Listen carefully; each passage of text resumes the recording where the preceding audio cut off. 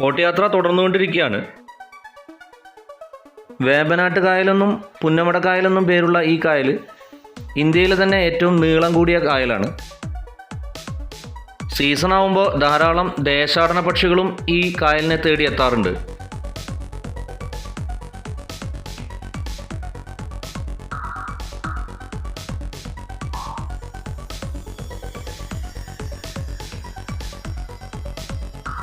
മിക്ക ബോട്ടുകളും 2 നിലയിലാണ് സ്ഥിതി ചെയ്യുന്നത്.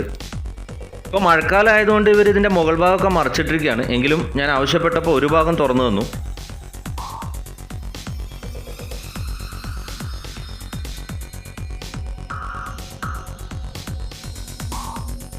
എങ്ങോട്ട് തിരിഞ്ഞാലും വശ്യമനോഹരമായ കാഴ്ചയാണ് കേട്ടോ ഈ കായലിൽ നമുക്ക് കാണാൻ പറ്റുക. മാത്രമല്ല വളരെ പ്രശസ്തമായ പാഥിരാമണൽ ദ്വീപും സ്ഥിതി ചെയ്യുന്നത് ഈ പുന്നമട കായലിൽ തന്നെയാണ്. പക്ഷേ ഇപ്പോൾ ബോട്ട് സർവീസുകളൊന്നും അങ്ങോട്ടില്ല.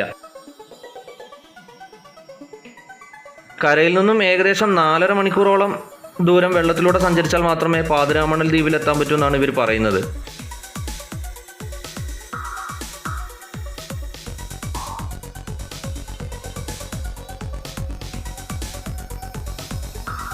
കാഴ്ചകളൊക്കെ ആസ്വദിച്ചിരിക്കെ ഉച്ചഭക്ഷണം എത്തി. നല്ല നാടൻ ഊണ്, കൂട്ടത്തിൽ കരിമീൻ പൊരിച്ചതും കോഴിക്കറിയൊക്കെ ഉണ്ട്. പിന്നെ മാത്രമല്ല നമ്മൾ നേരത്തെ വാങ്ങിച്ചു കൊടുത്ത കൊഞ്ചും അവർ നന്നായി ഫ്രൈ ചെയ്ത് വെച്ചിട്ടുണ്ട്.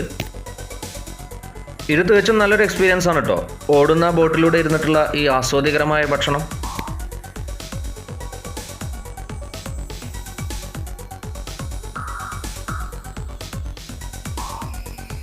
ഇതെൻ്റെ സഹോദരൻ്റെ മോനാണ് അഖിൽ.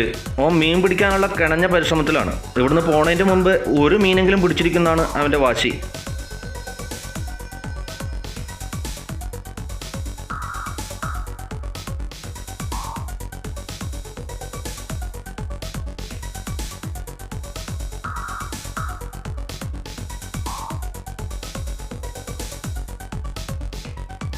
ഭക്ഷണശേഷം ഏകദേശം 1 മണിക്കൂർ ഈ ബോട്ടൊന്ന് കരക്കടുപ്പിക്കും.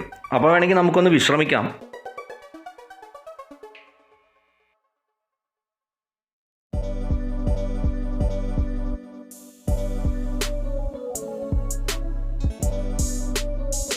വിശ്രമവേളയിൽ ഞാനും മീൻ പിടിക്കാനുള്ളൊരു പരീക്ഷണം നടത്തി. പക്ഷേ സമ്പൂർണ്ണ പരാജയമായിരുന്നു.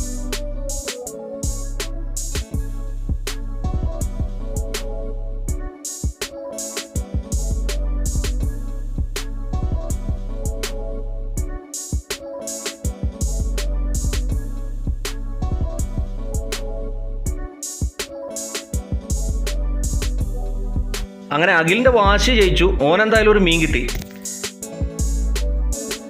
കടലിൽ പോയി കൊമ്പൻ സ്രാവിനെ പിടിച്ച സന്തോഷമാണ് ഇപ്പോൾ അവന്.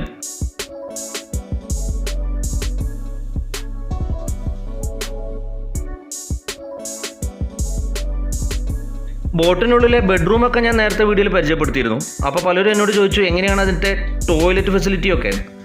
ടോയ്ലറ്റൊക്കെ നമുക്കൊരു ആഡംബര റൂം നമ്മൾ ബുക്ക് ചെയ്താൽ അതുപോലുള്ള സൗകര്യങ്ങളൊക്കെ തന്നെ നമുക്ക് ഈ ബെഡ്റൂമിനോട് അറ്റാച്ച്ഡ് ആയിട്ട് കിട്ടും കേട്ടോ.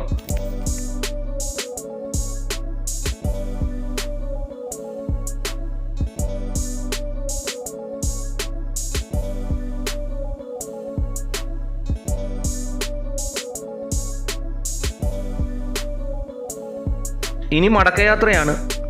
നല്ല സുഖമുള്ള കാലാവസ്ഥ, ഇളം കാറ്റേറ്റ് ഇങ്ങനെ ഇരിക്കാൻ തന്നെ മനസ്സിനും ശരീരത്തിനും നല്ല സുഖമാണ്. എന്ത് മനോഹരമായ കാഴ്ചയാണല്ലേ, ഒരു ക്യാൻവാസിൽ വരച്ച ചിത്രം പോലെ ഉണ്ട് കാണാൻ.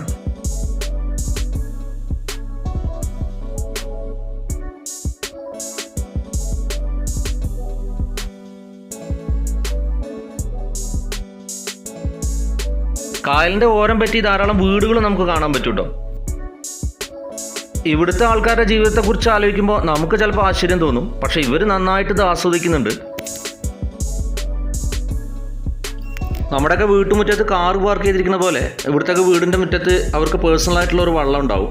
ഇതാണ് അവർക്ക് കരയ്ക്കെത്താനുള്ള മാർഗം. എന്ത് രസമാണ് നോക്കും ഇവിടുത്തെ ജീവിതം. വൈകുന്നേരത്തിന് ആവശ്യത്തിനുള്ള മീൻ കായലിൽ നിന്ന് തന്നെ ചൂണ്ടിട്ട വലവീശ പിടിക്കുക.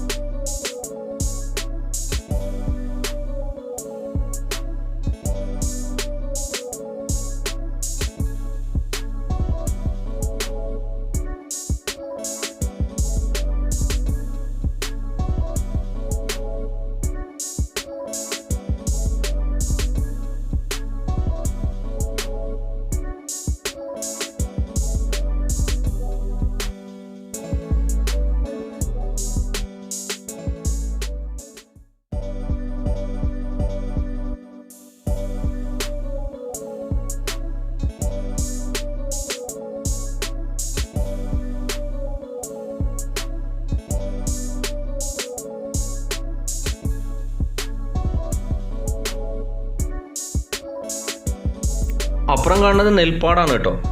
അത് കഴിഞ്ഞ പ്രളയത്തിൽ വെള്ളം കയറി ഒരുപാട് നാശമൊക്കെ സംഭവിച്ചു. ആയതുകൊണ്ട് കുട്ടനാടൻ കർഷകരൊക്കെ ഇപ്പോൾ വലിയ പ്രതിസന്ധിയിലാണ്.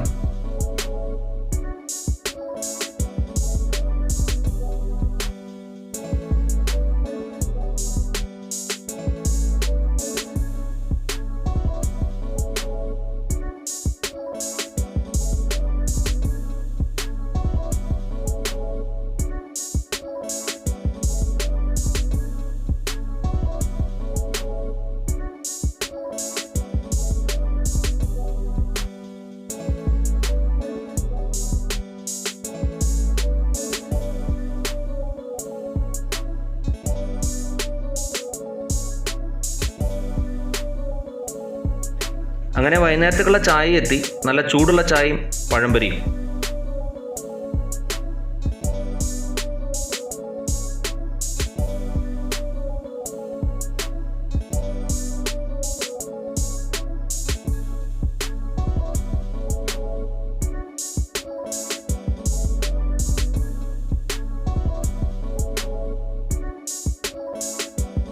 അങ്ങനെ വൈകിട്ട് ഒരു 5 മണിയായപ്പോഴത്തേക്കും ബോട്ട് വീണ്ടും കരയോടടുത്തു തുടങ്ങി.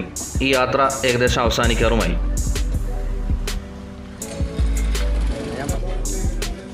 ഒരു പകൽ നീണ്ട ജലയാത്രയ്ക്കൊടുവിൽ എൻ്റെ ആലപ്പുഴ സഞ്ചാരം അവസാനിക്കുകയാണ്. വീണ്ടും മറ്റൊരു സ്ഥലവും പുതിയ വിശേഷവുമായി നമുക്ക് കാണാം. അതുവരെ ഗുഡ് ബൈ.